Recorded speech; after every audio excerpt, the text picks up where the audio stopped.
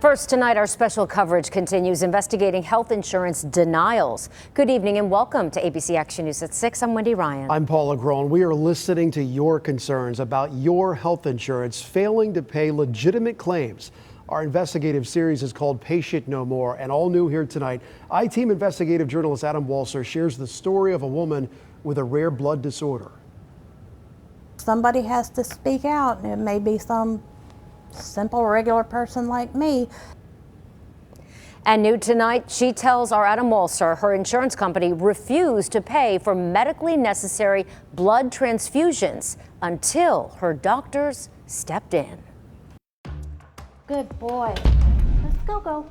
Come on. At first glance, Linda Brown looks like most dog moms as she takes her favorite companion, Ted, for his nightly stroll. You're the best, Ted. But Linda has a disease that affects only 1 in every 250,000 Americans. It's a genetic blood disorder, alpha thalassemia. The condition affects her hemoglobin, which can cause low levels of oxygen in her blood. Linda works full-time in a law office and regularly attends concerts with her daughter, Connor. This is the one we went to see the Red Hot Chili Peppers, and I was thrashing, and Connor was making fun of me. But over the years, Linda has needed blood transfusions. I had periods transfusion dependency, meaning a couple transfusions a month or every month. These transfusions are very expensive, right? Yes, they're several $1,000s, and every time I had one, I had to be admitted to the hospital. They would keep me overnight to monitor for reactions to the blood. When her transfusions became more frequent, Linda says her insurance company denied her claims. They'd tell me, no, we're not going to pay this claim. It was ridiculous. Cyclical and ridiculous, just kept going round and round every time. They said they would pay for one transfusion a year.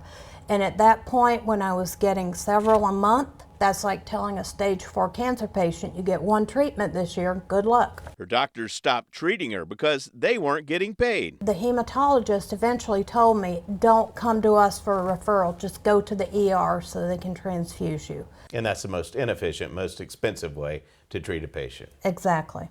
Because the insurance company refused to pay, there was a time I was at almost $300,000 in medical debt. And all this time you're paying for health insurance. Exactly. I've been paying for it for a couple of years, several $100s out of each paycheck to cover myself and my daughter, and I paid the deductibles, yet they wouldn't help me. For Linda, the emergency room was the only option for several years. What would happen if you didn't get the transfusion? I would go into multiple organ failure. There were times I went to the hospital like the time my heart stopped. That's right, her heart stopped. That was the day I died. How long were you under? 8 minutes. Thankfully, it wasn't her time to go. But Linda admits she didn't go to the ER sooner that day because she didn't want to grow her debt, a situation that took a huge emotional toll. And there were times I felt like I would be better off dead instead of trying to fight this, trying to keep going, trying to survive. Dr. Bill Hennessy is a physician who runs a company called Care Guide, which helps patients reduce health care costs and fight denials.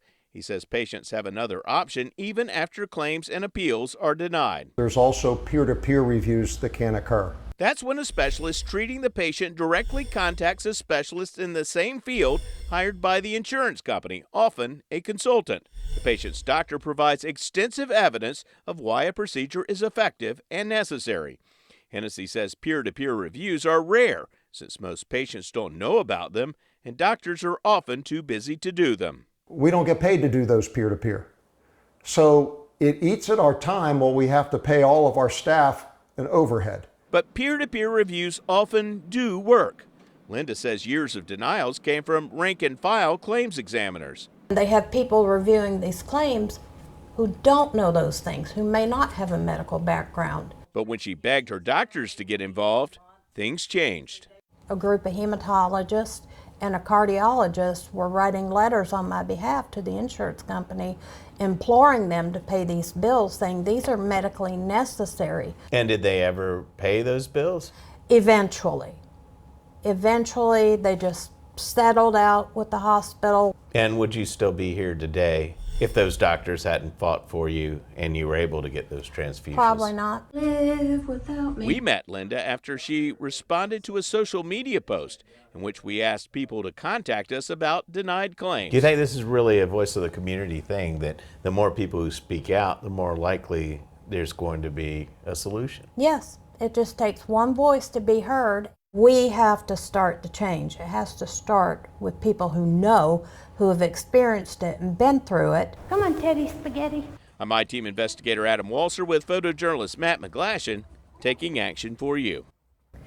Adam, thank you. Meanwhile, you can find out more on how to seek a peer-to-peer review by going to our website right here at abcactionnews.com/patient-no-more. There you'll find all of our investigations from this new series. Also a form, as you see on this next page, that allows you to share your own experience with a medical insurance claim being denied.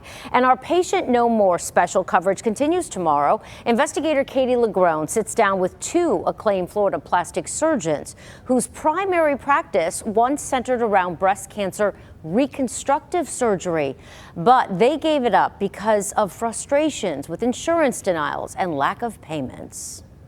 Their breast biopsy was denied and not paid. Their breast reconstruction was never paid. Like zero? Zero, to this day. Tomorrow night, Katie looks into the hidden cost of health insurance denials as experienced doctors walk away from their specialties. You'll see that full story right here on ABC Action News at 6.